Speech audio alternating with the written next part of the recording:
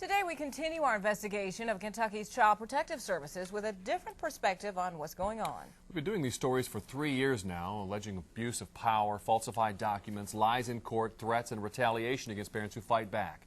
We've heard from victims, attorneys, and officials about what's going on, but we haven't heard from the social workers themselves until now. In disturbing detail, they back up many of the things we've reported, that families are harassed and workers are pressured, all in an effort to boost adoption numbers. Because she would not ignore a half-dozen allegations of abuse in this foster home, a state social worker was fired. I did what I felt like I had to do. It was the right thing to do, and I stand by the complaint. Because Pat Moore of Ellesmere, Kentucky knew she was right, she filed a lawsuit, and last month the state paid her $380,000 to settle it. When she found that 2 foster parents had criminal records, a son living there with multiple felonies, and a convicted sex offender visiting and sometimes caring for the children, she refused to arrange an adoption. Her C.P.S. supervisors responded with this memo recommending the adoption should proceed quickly. Our theory is that the basis for this is the tie to the federal money, that every time a child is not placed in a home, the state of Kentucky, through its cabinet, is losing federal money. It's an allegation we've seen many times in our 3-year-long investigation of Kentucky CPS, that instead of trying to bring families together, the cabinet forces adoptions to earn more federal bonus money. And it apparently started in 2004, when adoptions in Kentucky ballooned to 724, while the federal bonus money more than doubled, from $452,000 the year before to more than $1 million. Statistics. The cabinet puts pressure on statistics because federal money and state money come from statistics. This former state social worker is so afraid of retaliation on her family by the cabinet, she asked us to conceal her identity. You get praised.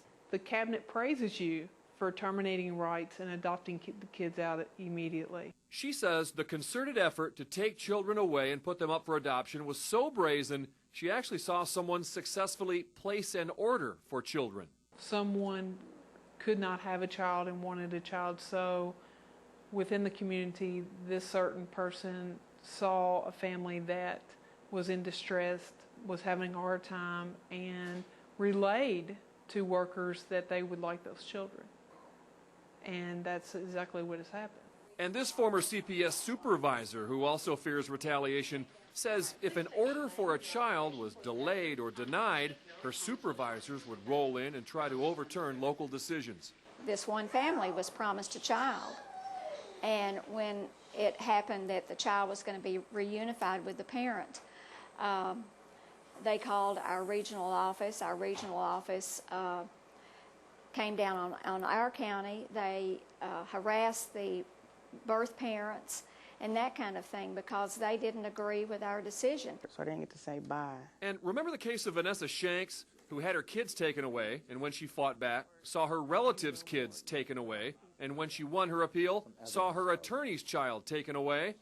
These former CPS workers say that kind of retaliatory power is common, and in this secretive one-side system, they can take your kids away right now if they want to and get away with it. I can call in a report tomorrow, and I can make it seem very real to the point that a family will be investigated.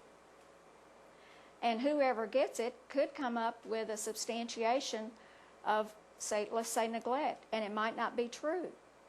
But it doesn't matter. Now, according to data just released a couple of days ago, there's a huge disparity between counties on adoption rates. Some counties reunify with the family 100% of the children they've taken away. Others last year adopted out as high as 82% of the children they removed from the home. If you want to look at the stats and more, we have a link to the Child Welfare Report in the Target 32 section of our website. It's WLKY.com.